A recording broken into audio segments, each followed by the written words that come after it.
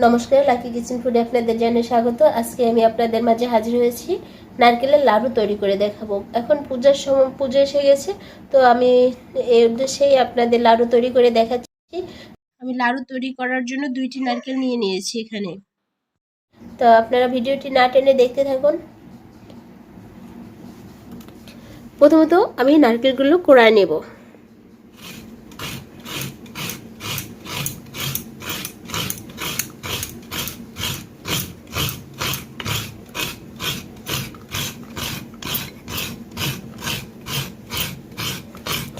লাড়ুতে সবসময়ের জন্য ঝুনা নারকেলই ভালো হয়। আপনারা অবশ্যই ঝুনা নারকেল নেবেন। ঝুনা নারকেল অনেকেই যদি না চেনেন, সেটা হচ্ছে নারকেলটা ঝুলান দিলেই যে জলটা বাজবে সেটাই হচ্ছে ঝুনা নারকেল।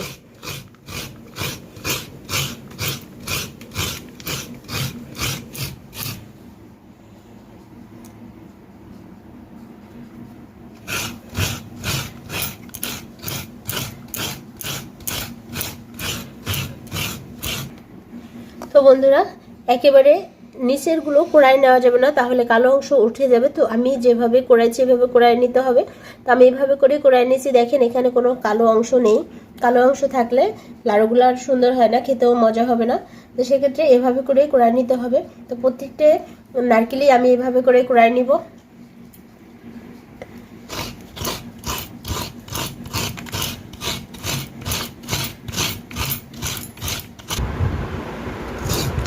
তো বন্ধুরা, আমার দুটো নারকেল কোড়ানো শেষ। তো বন্ধুরা, কোড়ানো হয়ে গেছে। এবার আমি লাড়ু বানানোর আর পদ্ধতিগুলো দেখাচ্ছি। আমি নারকেল গুঁড়া একদম একটা গামলার মধ্যে নিয়ে নিচ্ছি। এটা আমার কোড়ানো খুব সুন্দর হয়েছে, যার কারণে এটা বাটা দেওয়া লাগবে না। যদি এটা আস্তে আস্তে একটু থাকতো তাহলে একটু হাফ বাটা দিয়ে নিলে ভালো হতো। তো আমি আর বাটবো না, যেহেতু আমার নারকেল কোড়ানটা অনেক সুন্দর হয়েছে। আমার নারকেলগুলোও অনেক সুন্দর, যার কারণে কোড়ানটা অনেক ভালো হয়েছে। একদম ঝুনা নারকেল। এবার নারকেলের মধ্যে আমি নিয়ে নিচ্ছি চিনি। তো বন্ধুরা, আমি নারকেলের মধ্যে দিয়ে দিচ্ছি চিনিটা।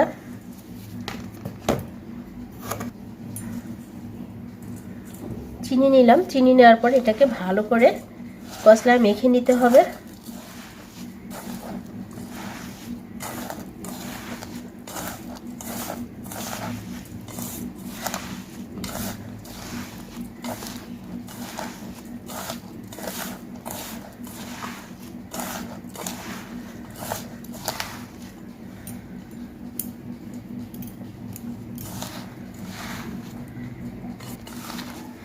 আমি এখানে চিনি নিয়েছি, যেভাবে করে মিষ্টি খান সেভাবে সেই পরিমাণে একটু চিনিটা নিয়ে নেবেন। আর আমি যেভাবে খাই সেই অনুসারে চিনিটা নিয়েছি। তা লাড়ুতে একটু চিনিটার টান ভালো হলে, বেশি হলে একটু ভালো হয়। তো আপনারা এখানে আমি চিনি নিয়েছি, চিনির পরিবর্তে গুড় নিয়েও এভাবেই করে খাওয়া যাবে। তবে গুড়টা অবশ্যই আখের গুড় হতে হবে, এটা খেজুর গুড়ে হলে হবে না। আর এর মধ্যে এখন আমি একটু জল দিয়ে দিব। একটু সামান্য জল দিব।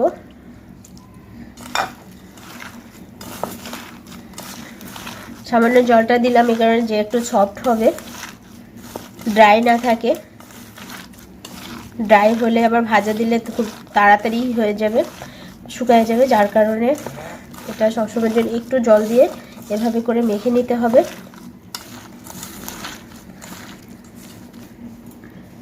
তো বন্ধুরা, এই যে আমার মাখানো হয়ে গেছে।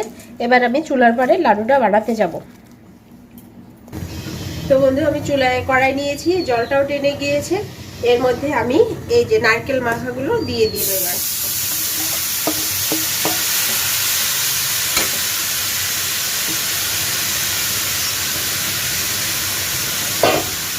জালটা মিডিয়াম আছে রাখতে হবে, হাই হিটে রাখা যাবে না।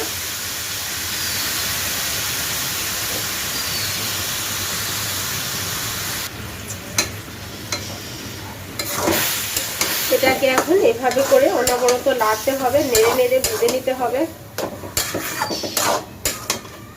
এভাবে অনবরত নাড়তে নাড়তে একসময় পাক এসে যাবে।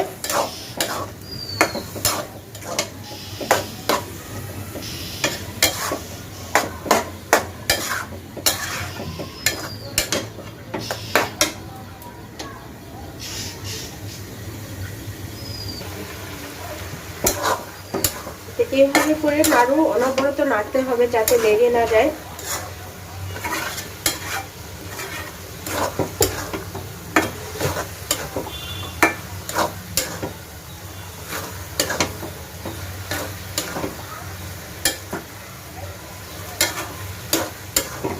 এই লাড়ার উপরেই নির্ভর করবে একটা লাড়ু যতটা ভালো হবে, লাড়া ভালো হবে ততটাই লাড়ুটা ভালো হবে। আমি নারকেলটা যেহেতু বেটে দিই নেই, সেক্ষেত্রে নারকেলটা একটু এভাবে করে চামচ দিয়ে ভালো করে ছেঁচে দিতে হবে যাতে করে ভালো করে আঠালো আঠালো হয়, তাহলে এই পাকটা খুব ভালো নিবে নারকেলের।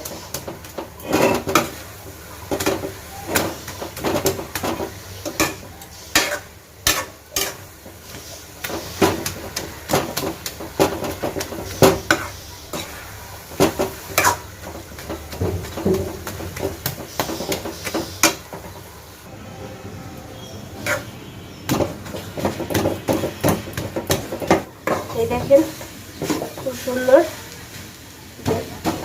পাক নিবে। এবার পাকের জন্য দেখেন একদম আঠা আঠা হয়ে গেছে। তো বন্ধুরা দেখেন নারকেলের কালারটাও চেঞ্জ হয়ে গেছে।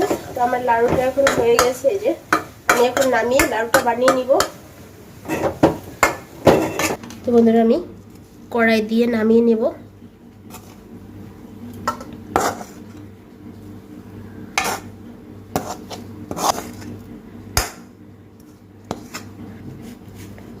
কড়াই দিয়ে নামিয়েছি। এবার নামিয়ে এইভাবে করে একটু চেপে রাখবো, তাহলে আবার ঝুরঝুর হয়ে যাবে। যেহেতু এটা চিনিরটা একটু এভাবে তাড়াতাড়ি করে নিতে হবে। আমি এখন লাড়ুটা বানিয়ে নিব যাতে ঠান্ডা না হয়ে যায় একবারে।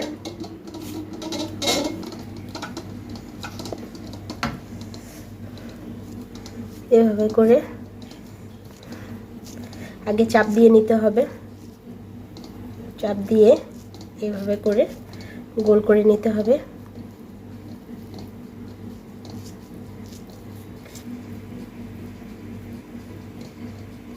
তো বন্ধুরা আমার লাড়ু হয়ে গেল। আমি এই সাইজ করে সমস্ত লাড়ুগুলো বানিয়ে নিব।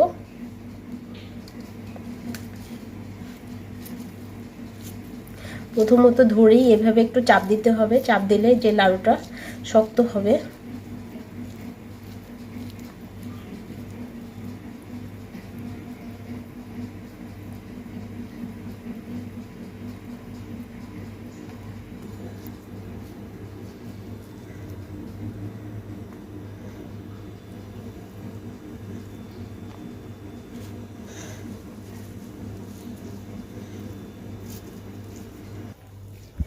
তো বন্ধুরা আমার বানানো প্রায় শেষের দিকে, আর এটুকু আছে।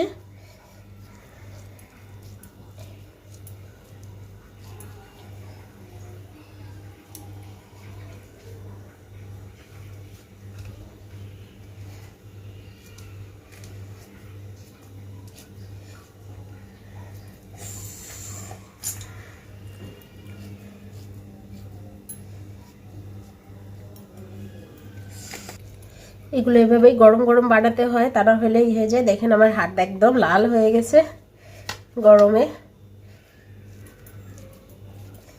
গরম গরম না বানালে ঝুরঝুরা হয়ে গেলে আবার কিন্তু পাক নিবে না। তো সেই ক্ষেত্রে অবশ্যই আপনারা গরম গরম নামিয়েই গরম গরম বানিয়ে ফেলতে হবে।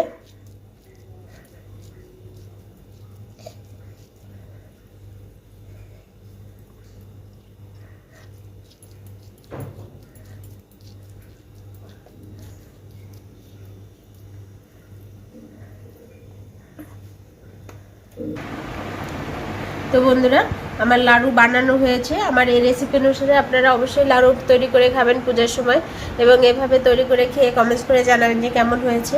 এবং ভালো লাগলে অবশ্যই লাইক এবং কমেন্ট শেয়ার করবেন। আর অবশ্যই কিন্তু পূজার সময় বানিয়ে খাবেন।